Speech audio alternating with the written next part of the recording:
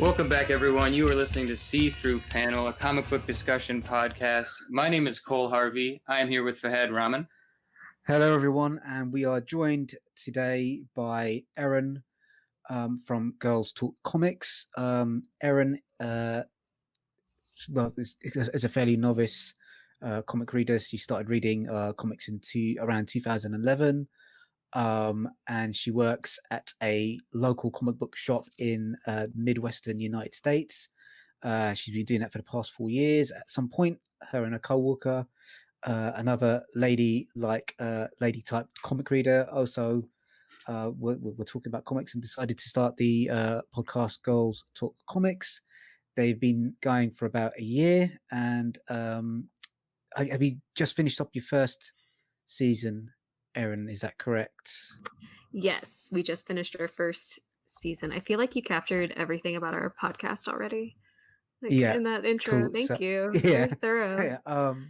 So how's kind of the how's podcasting about comics been for you, and kind of what are your plans for your second season?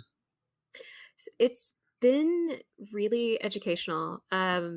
It's been fun being able to talk with my friend Jessica about comics, because she and I both have a lot of feelings and opinions, and very few people who are willing to listen to us ramble.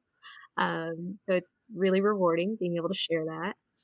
Our second season is going to focus a little bit more on creators than we have so far. We're really, I think, like one creator a month. We're wanting to talk specifically about them, their history, what they're doing, what they did, focusing more on kind of queer or lady type creators at that point, more on that focus. I'm going to start interviewing too for the next season. Probably not creators. Interviewing is like, it's a lot of fun, but like there's a couple of times, there's a couple of people that we, me and Cole have interviewed where we've been kind of really nervous about talking to them. So it's kind of, I found that really interesting. I don't know how you've kind of approached that, Cole. Interviewing is like a whole different thing, because on our normal recording we just kind of chat, but interviewing, you got to have like a structure. They have to know what you're going to ask. You have to. It's fun. It's very fun. It's really cool to like see you read someone's book and you just get to talk straight to them. It's really I guess I can't think of the word, but it's really cool and interesting that you get to talk to people who make the art you look at, which is awesome. So like with that's really fun. With Francois, there was one question that I asked him that we needed to cut from the interview, so that you have to kind of bear that in mind. So, what type of who you kind of planning on talking to? You, because you mentioned it wasn't specifically going to be creators. A lot of people talk to creators, and I think that's really important for creators to get their product out and to kind of get their message out there and makes them much more approachable, I think. I want to talk to other readers a little bit more and kind of talk to them about what they enjoy about comics. We hear a lot, I think, about people who read superhero comics, but a lot of the people that I know in my community don't read superhero comics. They read horror, or they read the role-playing game adaptations into comics. They read a lot of different things, and I kind of want to talk to them about what the comic world means to them, or what manga means to them, and what they enjoy, what they take out of it, just to kind of expand experiences and what it means to be a reader from the consumer perspective and not really the creator perspective. That's awesome. That's fascinating. It sounds very similarish to one of my mates' podcasts, Alison and Becky. So they do a podcast called Your Own Words, and they just speak to people about a book that's meant a lot to them. And it's just really interesting. I find it fascinating, kind of which books people choose to talk about and kind of why it's had an impact on them. And I think those are really important conversations to help us better understand each other. So I think it's a really it's a good track that you're on, kind of talking to readers about why specific comics matter to them. I think it's it's an important thing to do. I think it'll be really fun. And kind of on that note about how books impact people, since I run the Twitter and everybody gets to hear about what I'm reading, Jess is actually going to be starting a book club where we're going to be reading some of the prose books that have really impacted her development as a reader and, in her words, as a feminist. So that's going to be, I think, a fun way for listeners to get to know her a little bit more.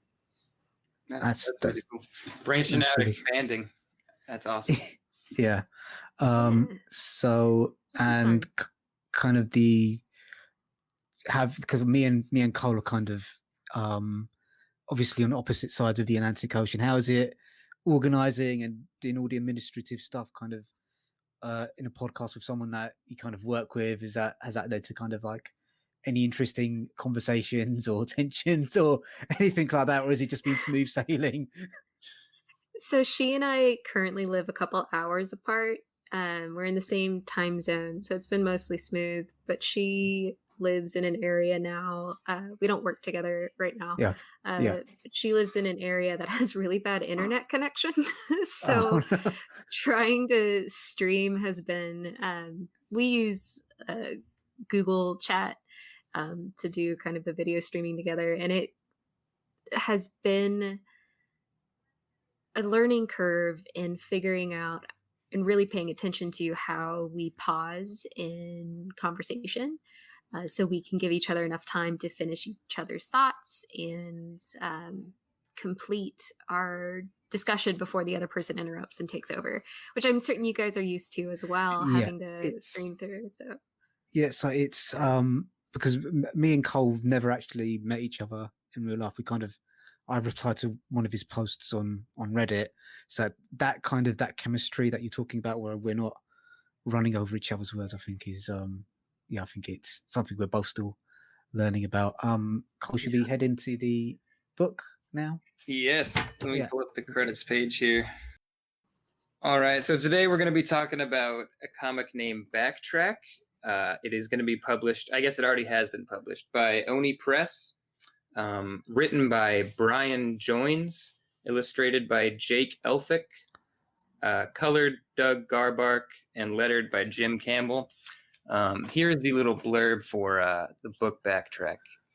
Guilt weighs heavy on former criminal wheelman Allison, who led an illicit life that left her shattered into pieces. But when she hears about a massive cross-history race that grants the winner a chance to correct a single mistake in their life, Allison will drive from the Big Bang to the death knell of the universe for the grand prize. So, just first top level thing, I didn't know this was going to be like volume 1 of a series. I thought it was like a whole story. Did you guys know about that? I didn't. I was quite surprised when I got to the end of volume 1, and I was like, oh, there's more. I was getting to the end. I was like, how are they going to wrap this up? There's so many things. Yeah. No, they didn't wrap it up. They didn't wrap it up. Yeah, it's an ongoing series. What was kind of everyone's kind of top level thoughts about it? Did you enjoy it? Did you have issues with it? Kind of what's everyone's top level thoughts? I thought it was really fun.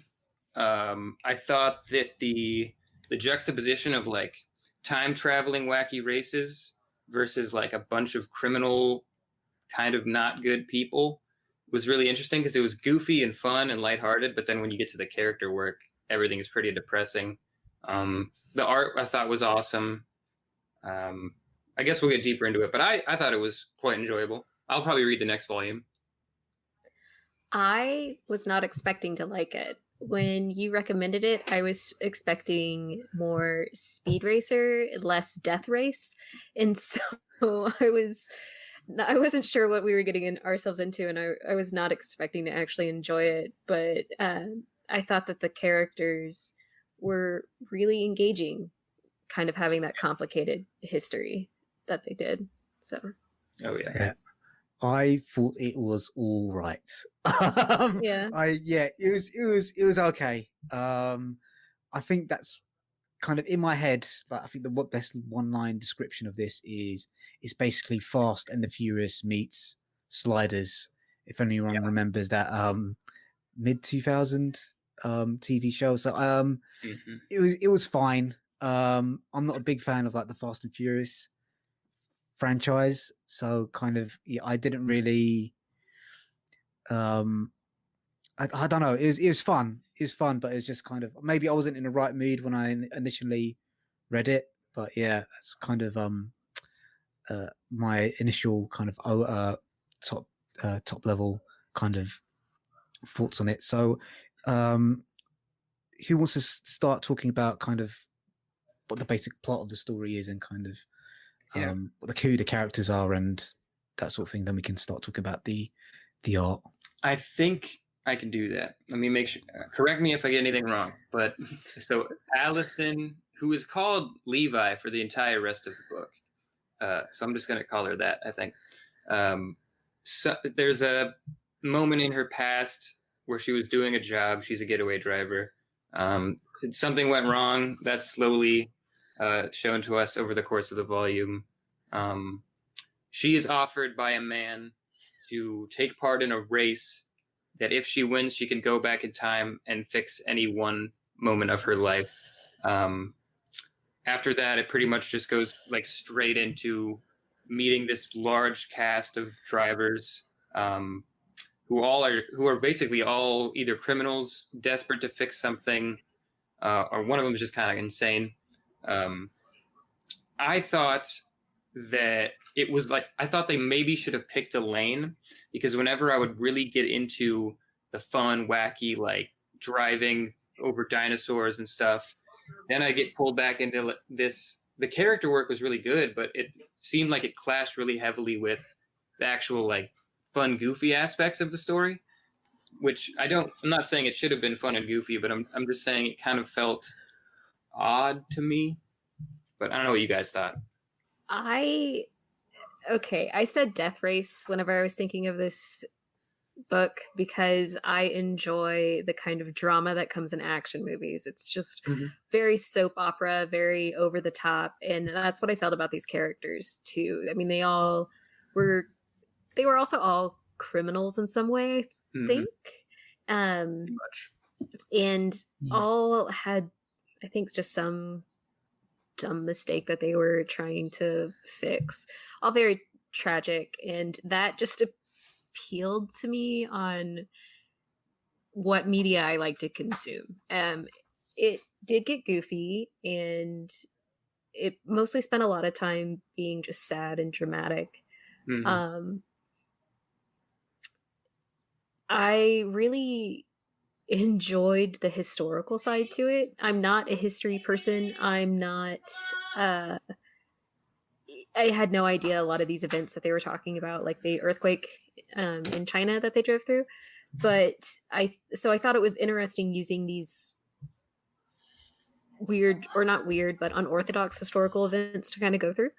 I thought the Berlin Wall encounter was really interesting. I mean, I thought it was pretty great saying how would German soldiers react to all this new technology showing up out of nowhere.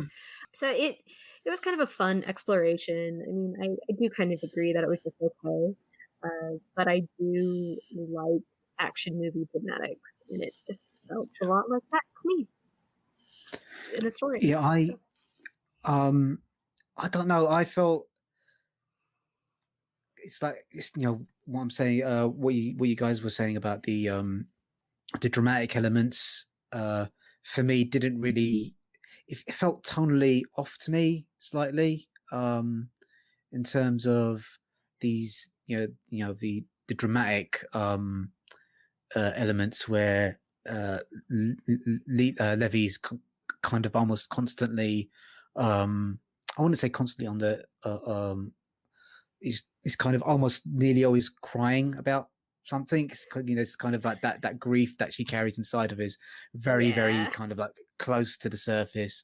And then I mean the other kind of major issue that I had with the writing was that we didn't really get introduced to the other cast of characters that well before some of them are kind of bumped off, and that for me that kind of when those characters, because each time they end a race, I think kind of like the last person through the gateway is eliminated, or people die during the course of the race. And I thought would have had kind of more emotional impact if we'd got to know more of the individual races a little bit better, because I didn't really feel kind of that there was any impact to losing those characters from the story. So maybe as the series go on, there's fewer and fewer races, it'll kind of end up a little bit like Big Brother, where you've got this whole cast of characters, but as the weeks go on, kind of they're fewer and fewer, and they get more and more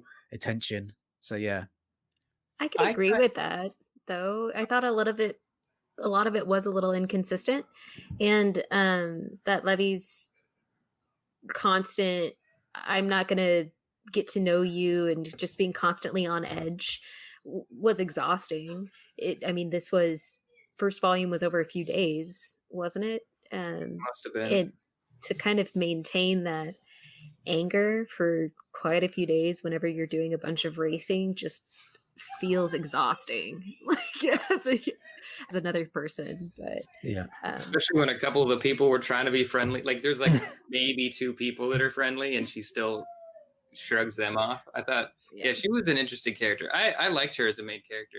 I actually had the opposite problem as Yufa had. With the first issue, I saw how many racers there was. I was like, there's no way I'm going to invest in all of these characters. Okay. At the end, I thought they all had, maybe they weren't fully 3-dimensional, but I thought that they each had something to latch onto. And I knew all their names, which is surprising.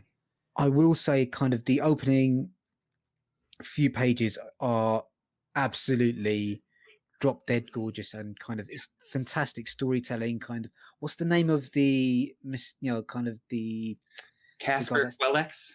Yeah, fantastic name, absolutely fantastic. That's top quality naming right there. And he's just campily eating up all the scenery on each page that he's in. He's just like draping himself over all the furniture and kind of posing himself in these power poses.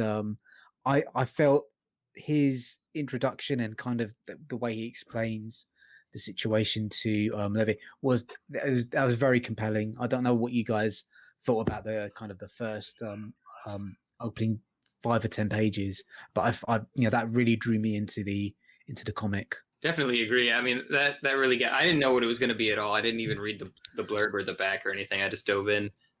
Yeah, I thought it was awesome. As soon as I figured out it was going to be a death race scenario, I was all on board. Especially the time travel aspect. I thought it was really fun, regardless of the like quality and the themes and all that deeper stuff. It's a fun book. I don't think you can deny that.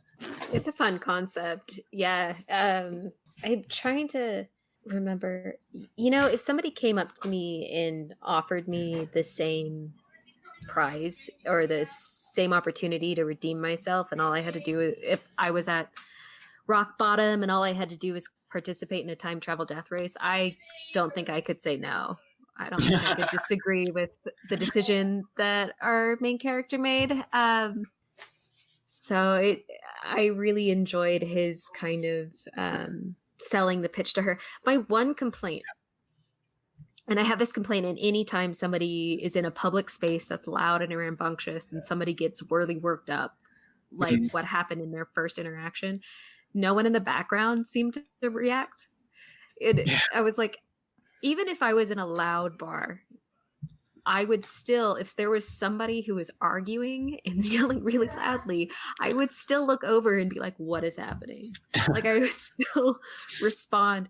And so the fact that everyone was just carrying on and like no one was staring at them or looking shocked, I was like, all right, I don't know how you got away with this, but I would still, that was my only complaint. I think you obviously don't go to enough dive bars. Seedier places. Fair. Yeah. I do kind of I do agree with that. I mean the other thing that I think really stands out from the book is that the art is absolutely fantastic. It's amazing. It's kind of thickly inked. Kind of all the characters got this kind of fluid, thickly inked outline. The colors are bright, and it's kind of a very Erin, what did you think about the art? I was really impressed by all the different car designs. I feel like other books that I've read that have had a lot of cars have been kind of lackluster, boring designs, and I remember being very impressed with all the different cars and the different dinosaur designs. There was a range of terrain and people and cars again, and the artist kicked ass. So, Oh yeah, I love his style. I mean, I haven't seen. So when I look at the art, when I talk about it, I have to be looking at it. I haven't seen like this type of art in a long time. He's got like really thick outlines on all the characters. Yeah. And the colors are like really, really, they fit super well with the tone, especially that first scene with the seedy bar. The thing that I noticed, it's not a problem. Everyone has X's all over their face. Everyone. I don't know if you guys noticed that. Every single character has little like X's all over their face. I don't know why. What do you mean? Oh, yes. Okay. Yeah, look at any character. Yeah. I see what you're saying there. I think that's just his way of like denoting like the lines on a face or the shadows on a face. Yeah, that is an odd choice, isn't it? It's not. Yeah, it's not. It didn't really bother me, but I couldn't help but notice after the first issue, I was like, it's still going. Yeah, it's kind of you really see it when he's showing characters at a distance. Yeah. As well, I think, especially. Yeah, kind of. Yeah, I know. Yeah, kind of. I'm just looking at a few pages now, and kind of there's an X on Levi's chin. So, there's always an X. Yeah, I mean, it's not a problem. I thought the art was freaking amazing. Like one of the best art in comics I've read the last few months. I can't think of much better. I really, really liked it. I thought the colors were incredible. I think that was Doug Garbeck that did the colors. Yes, I think that's correct. I actually don't think I've seen anything from this creative team before. So this was all new to me. I think the letterer is the only person that I've seen anything else from. And I remember it being very readable. So good job, letterer. But when it comes to the writer, the art, and the colors, I can't think of anything else from them that I've read. So I was very pleasantly surprised. I don't think I've seen this team at all either. Yeah, Brian Joins. I don't recognize his name or Jake Elphick. But I think they're probably going to get work after this. It seems it's professional quality, especially published by Oni. So yeah, I mean, so I came across this book. So I'm a member of a website called NetGalley, and I pretty much download all the graphic novels that they've got available for review. So NetGalley is a website publishers use to store advanced review copies of books they want reviews on. And the thing that drew me to this was I think Patton Oswalt had a kind of little blurb saying that he really enjoyed it, and I'm a big Patton Oswalt fan, so awesome. I thought if he likes it, it must be worth checking out.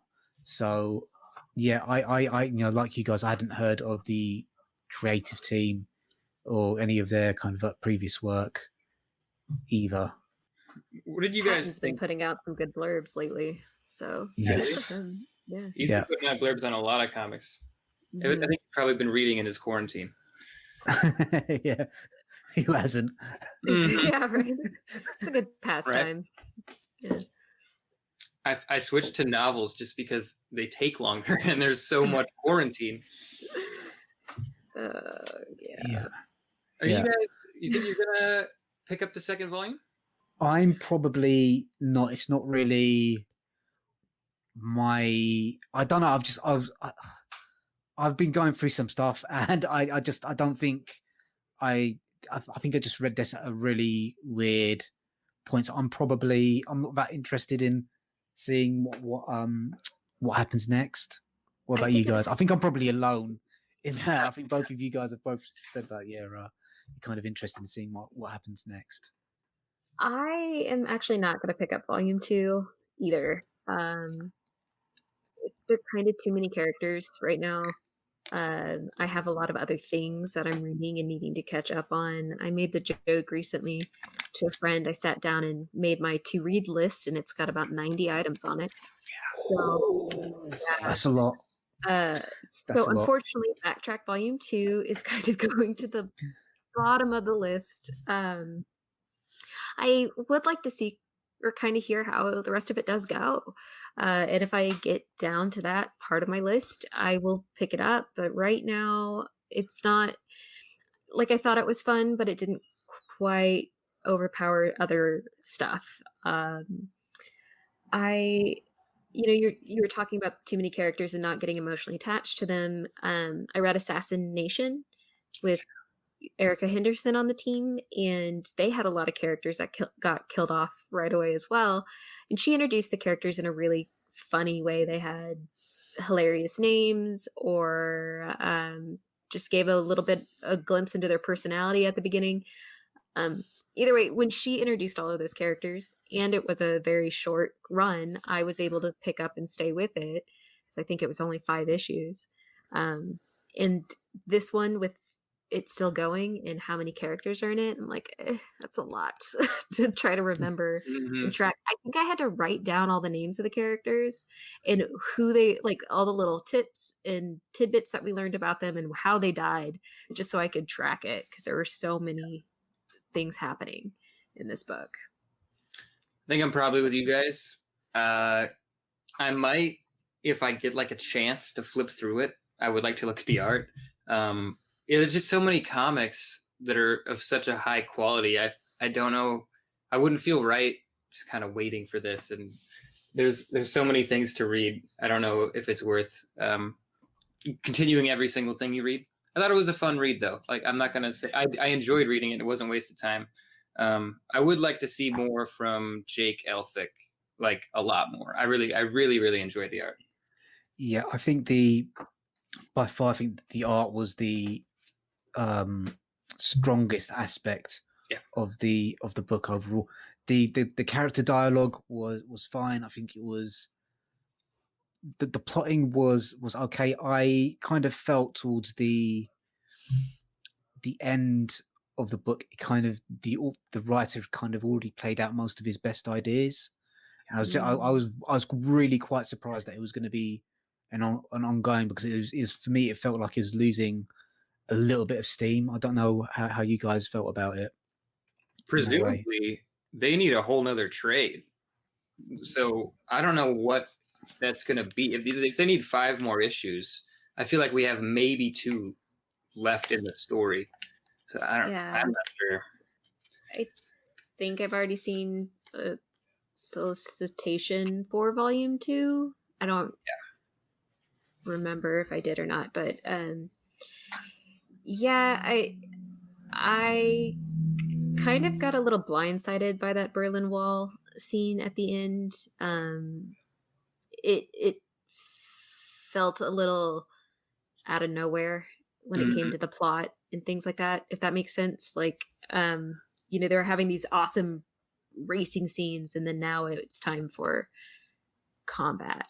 You've absolutely hit the nail on the head there. So I did a written review on this for my blog, and I think one of the lines I wrote it down there is that it says something where I've got a bigger problem with them escaping from spies in East Berlin than I did with them outrunning a T-Rex.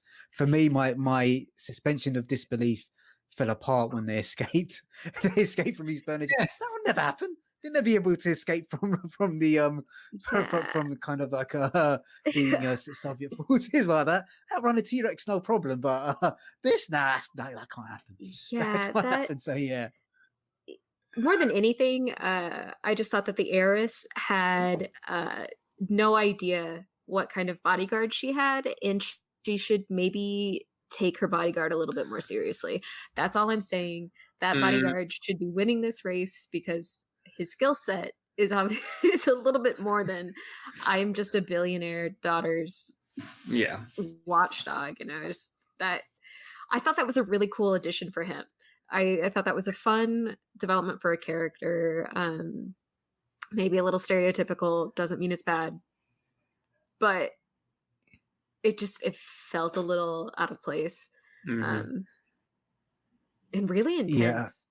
Like there were explosions and nothing happened.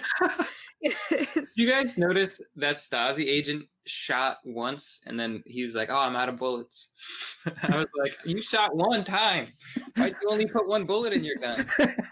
It's just to denote the bad budgeting, I guess. I don't know. I gotta leave the room. Don't go anywhere. It's it's demonstrating the failure of communism. Only one bullet. Yeah, see, with capitalism you produce many bullets. Yeah. 5-year plan. So I think what else is there to kind of talk about? So kind of just talking about the East Berlin kind of section.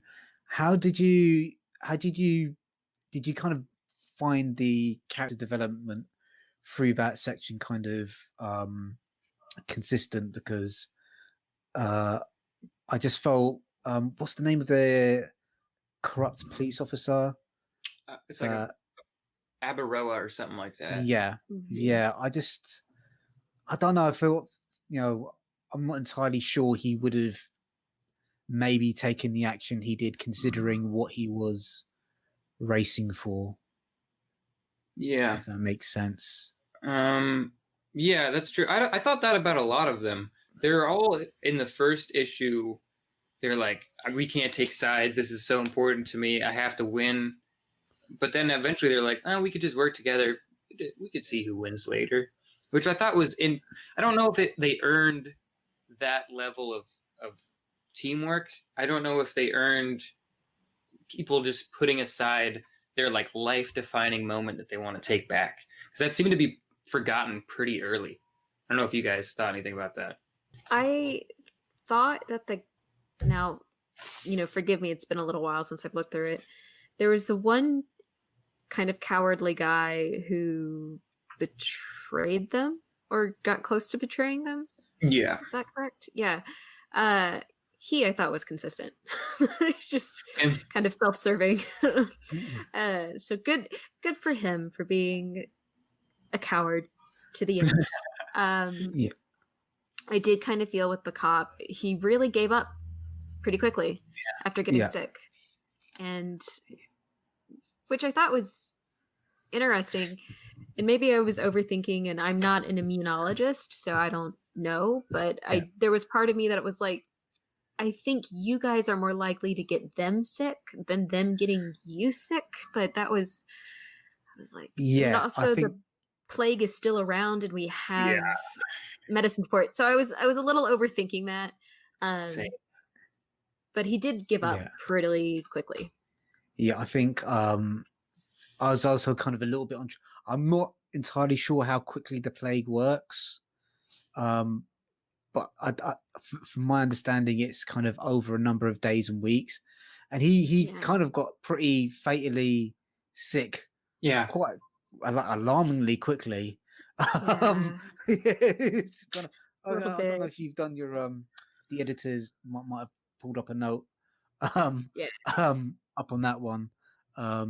But yeah, it's I think we've kind of said it's a fun little book. It's not it's one of those, I think it's one of those frustrating reads where you can see there's a lot of talent involved, but they're still kind of not struggling is the right word. I don't think this was the best platform to kind of really show what what these guys are kind of definitely a creative team that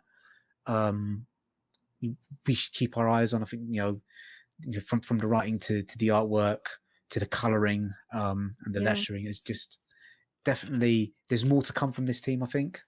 I hope so. We've all read those books though, where we've like the first couple books from a team that you're like, there's potential. This wasn't it, but there's definitely potential for maybe the next thing, or if there was a different editor or a little bit more time or a few more pages they could have put in the books.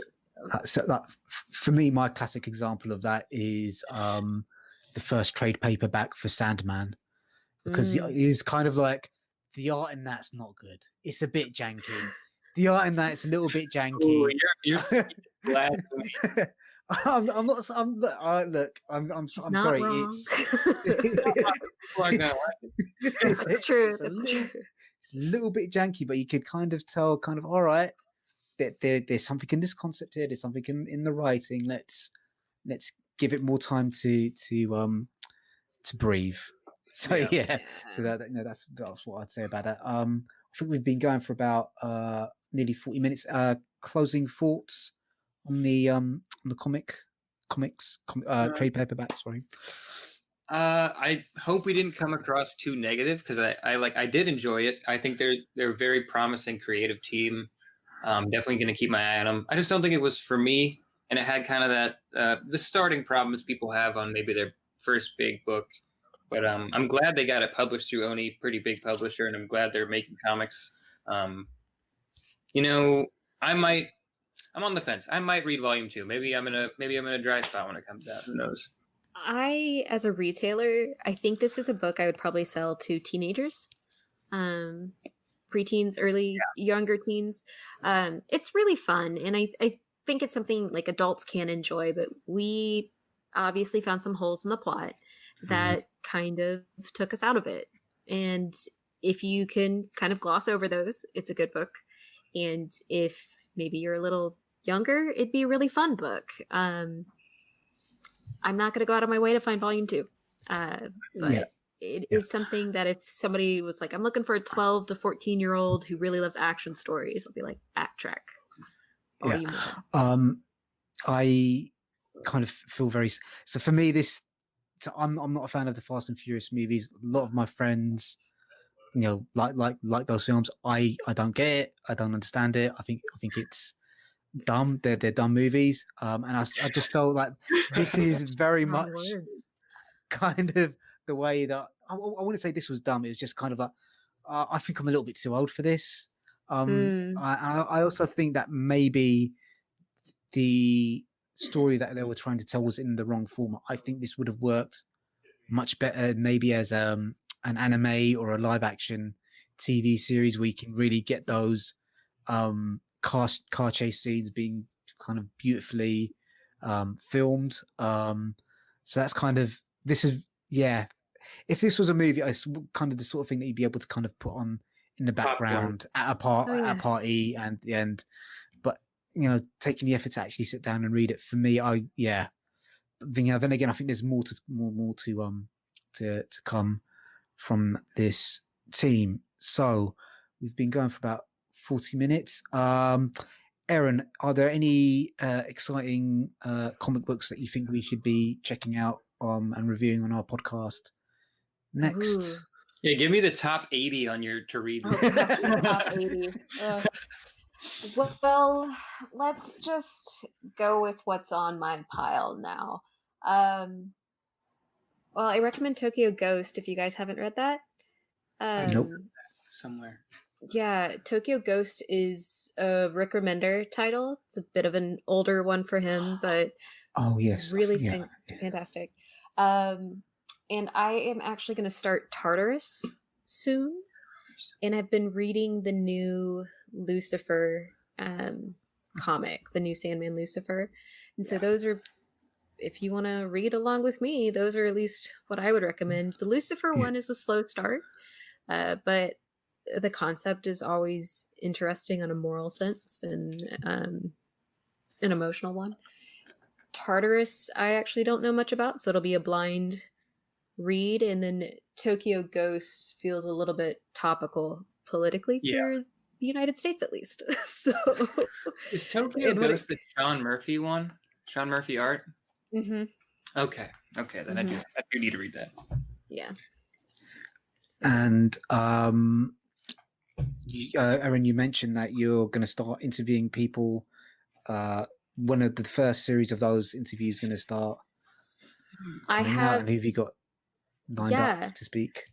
I have one of my friends we already interviewed. I think his episode will be the first, and it'll either drop late January or early February. He was interviewed. He actually introduced Jessica and I together to each other. So we call him the grandfather of our podcast.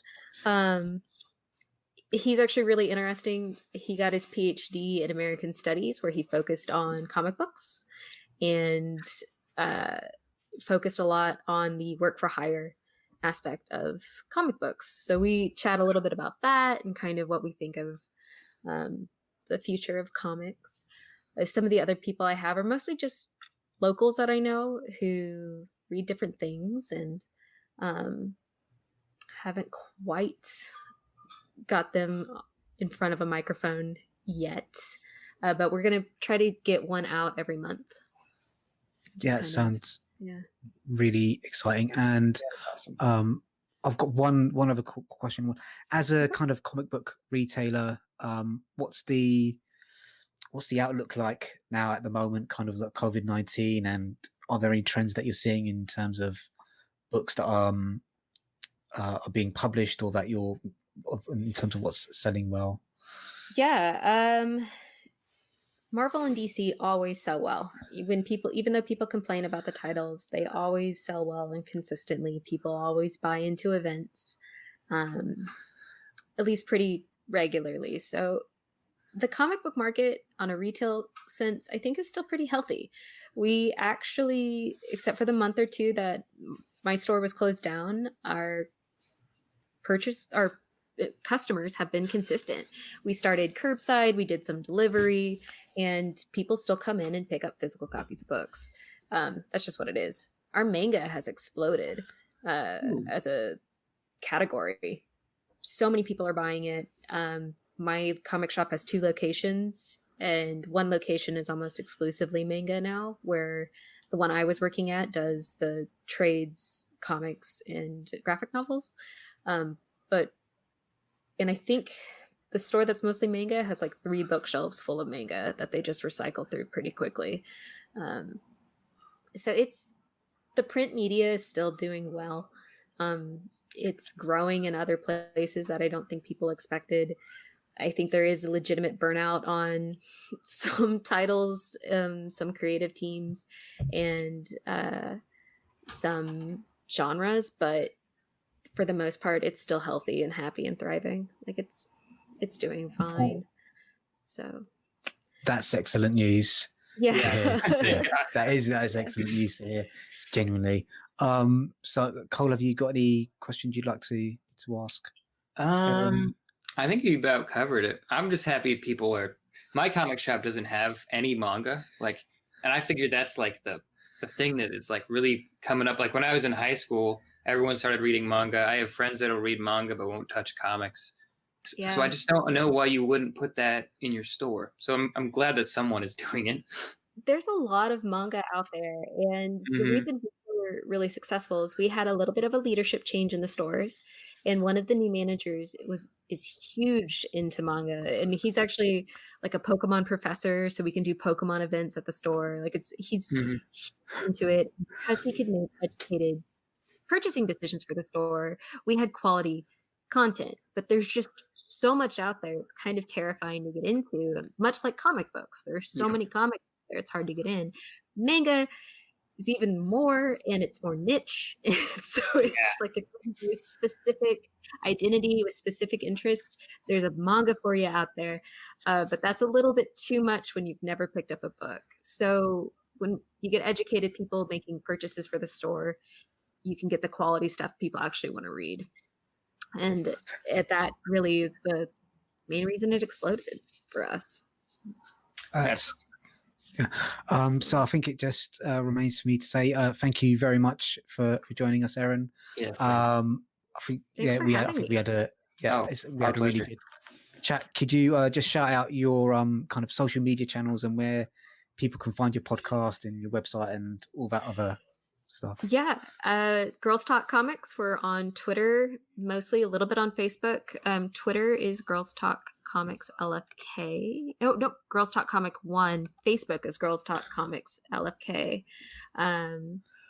We are on Spotify, and Jess handles all the uploads. So where are we? Google Podcasts. We have a Fireside website where a lot of that is linked to as well. Okay. So that's where you can find Cool. us. Thank you very much. Cole, what's the comic that we're doing next? Is it Black Stars Above? Black Stars Above, and I just finished reading it last night. Okay, I've only just downloaded it, so we'll be doing that next week. And just a little mini plug for a project that I'm working on. I'm going to be doing starting yet another podcast. I can't tell you what it's called, but I'm going to be reviewing audio books on it. So watch the space for that one, guys. Once again, Erin, thank you very much for joining us. Should we say goodbye, Cole? Yeah, thanks for listening, guys. Okay, guys. Thank you, Erin. Bye. Thank you.